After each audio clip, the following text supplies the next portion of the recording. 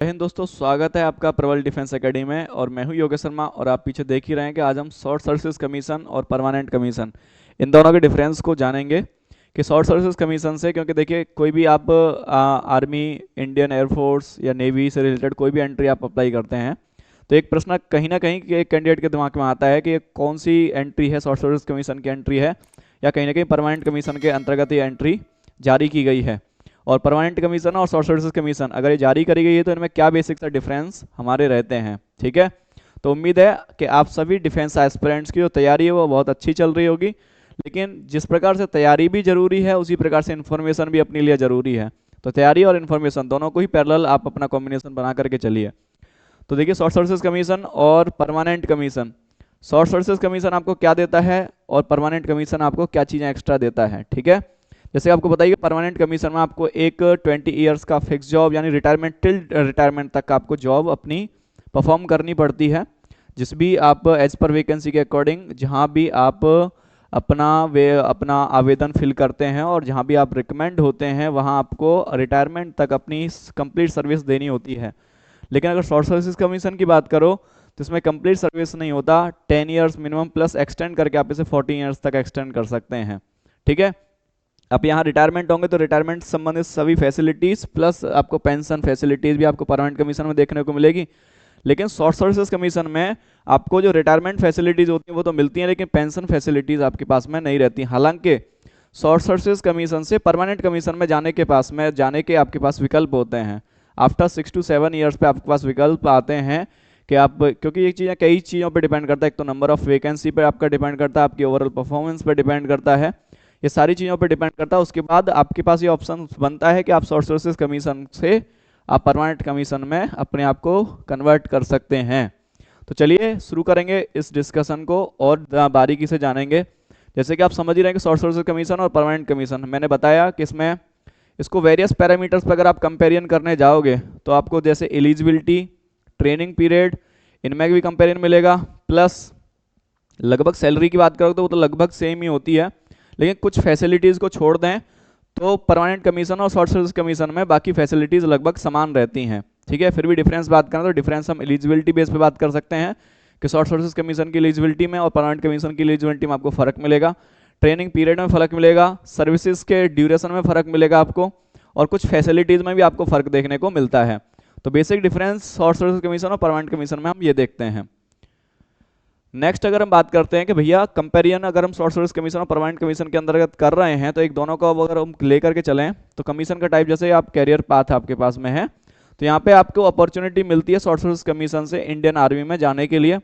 Same अगर permanent commission में बात करें तो वहाँ भी आपको इसी प्रकार की मिलती है, लेकिन बताया कि जैसे कि आर्मी में अगर आप परमानेंट कमीशन से जाते हो तो आप टिल रिटायरमेंट तक अपनी सर्विस देते हो, टिल रिटायरमेंट तक।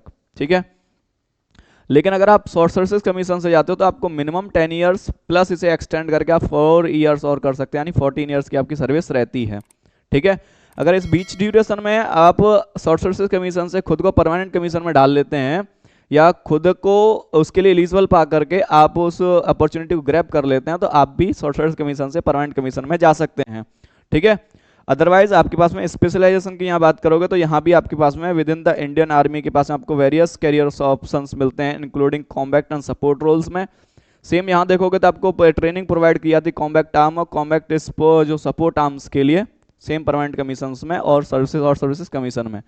ठीक है, इनमें कोई खासा डिफरेंस नहीं होता। लेकिन अगर आप बात करेंगे education qualification age criteria OTA, जैसे कि आपको पता है OTA जो एंट्री है वो शॉर्ट सर्विसेज कमीशन के अंतर्गत आने वाली एंट्री है।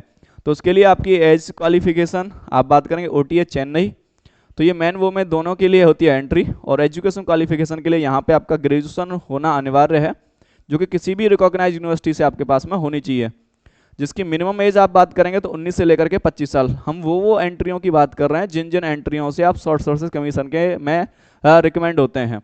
और फिर इसके बाद उन एंट्रीज को देखेंगे जिन एंट्री के माध्यम से आप परमानेंट कमीशन में जाते हैं। ठीक है, नेक्स्ट होती है आपके पास में OTA जो गया की 10+2 की TES टेक्निकल एंट्री स्कीम जो होती है, इसमें आपका 10+2 पास आउट होना चाहिए। ठीक है, आपके पास में PCM से आपका 10+2 जो है PCM में होना चाहिए और इसके लिए मिनिमम एज 16.5 से लेकर के आपके 19.5 साल के बीच में आपकी रहनी चाहिए। ठीक है, अगर आप तीसरी वैकेंसी की बात करोगे, एसएससी नॉन टेक्निकल एंट्री जो होती है, ये भी दोनों के लिए ही होती है, मैन वुमेन यानी बॉयज़ गर्ल्स दोनों ही अप्लाई कर सकते हैं। इसमें कैंडिडेट का ग्रेजुएशन डिग्री किसी भी रिकॉग्नाइज्ड यूनिवर्सिटी से पास आउट होना अनिवार्य है। और अगर मिनिमम एज और मैक्सिमम एज की अगर आप बात करोगे तो मिनिमम एज के लिए 19 साल और इसके लिए रहनी चाहिए आपकी 25 यानी मैक्सिमम 25 साल रहनी चाहिए। ठीक है, मिनिमम 19 और मैक्सिमम 25 साल हो सकती है। नेक्स्ट और कुछ एंट्रियों की बात करोगे तो हमारे पास आती है नेक्स्ट एसएससी टेक्निकल एंट्री। अभी पीछे देखा नॉन टेक्निकल, ये टेक्निकल एंट्री होती है। इसमें भी आपके लिए ग्रेजुएशन डिग्री होनी चाहिए आपके लिए किसी भी रिकॉग्नाइज यूनिवर्सिटी से। आपका एज क्राइटेरिया 20 से लेकर के 27 साल के बीच में आपका होना चाहिए। अगर आप एसएससी जज एडवोकेट जनरल जो जैक की एंट्री होती है, अगर आप इसकी बात करते हैं जैक की एंट्री की, तो इसके लिए भी आपका ग्रेजुएट होना चाहिए प्लस आपके पास में एलएलबी हो। 55% मार्क्स के साथ में आपका एलएलबी कंप्लीट होना चाहिए। और ये इसमें इंटरव्यू ही होता है, कोई रिटेन जैसी चीज़ नहीं होती। और आप उसके माध्यम से भी आप अपना कैरियर परस्यू कर सकते हैं इंडियन आर्मी के अंदर एज अ लॉयर। ठीक है, और एज क्राइटेरिया के लिए बात करोगे तो बात 21 से लेकर के 27 के बीच पहुंचती है, मिनिमम 21 और मैक्सिमम 27। अगर एनसीसी स्पेशल एंट्री की बात करें जो बॉयज़ गर्ल्स दोनों के लिए रहती है, तो इसमें भी आपका कम से कम ग्रेजुएशन में 50% मार्क्स के साथ आपका होना चाहिए। उसके अलावा आपके पास में एनसीसी सर्टिफिकेट ए, बी और सी लेवल जिस भी आप ब्रांच के लिए अप्लाई कर रहे हैं उससे रिलेटेड आपके पास में होना चाहिए। अगर आप एनसीसी की एयरफोर्स विंग में जा रहे हैं तो आपके पास में एयरफोर्स विंग के ABC सर्टिफिकेट आपके पास में होने जरूरी हैं। एज क्राइटेरिया बात करोगे तो 19 से लेकर के आपका रहता है 25 साल के बीच आपका एज लिमिट होना चाहिए। आइए बात करते हैं अगली एंट्रियों की कुछ। तो ये एंट्री हमारी परमानेंट कमीशन के तौर पे इंडियन मिलिट्री एकेडमी में आप किन किन तरीकों से कौन कौन सी एंट्री के माध्यम से जा सकते हैं। तो पहली आप देख रहे हैं कि डायरेक्ट एंट्री जो कि इंडियन मिलिट्री एकेडमी के लिए होती है, इसके लिए आपका ग्रेजुएशन होना अनिवार्य है, किसी भी रिकॉग्नाइज्ड यूनिवर्सिटी से आपका होना चाहिए। और एज की बात करोगे तो 19 से लेकर के 25 साल के बीच आपका एज होना चाहिए। अगर आप बात करेंगे यूनिवर्सिटी एंट्री स्कीम की तो ये आपका रहता है एजुकेशन क्वालिफिकेशन की बात करोगे तो pre final year of student भी बैचलर ऑफ इंजीनियरिंग या बीटेक कोर्सेज के भी इसके लिए अप्लाई कर सकते हैं, जिनका एज लिमिट 18 से लेकर के 24 साल के बीच रहना चाहिए। अगर आप टीजीसी टेक्निकल ग्रेजुएट कोर्स की बात करोगे तो टेक्निकल ग्रेजुएट कोर्स का जो क्वालिफिकेशन होता है प्यारे, वो बैचलर ऑफ इंजीनियरिंग या फिर बीटेक जो भी कैंडिडेट्स हैं वो इस एंट्री के लिए अप्लीकेबल होते हैं।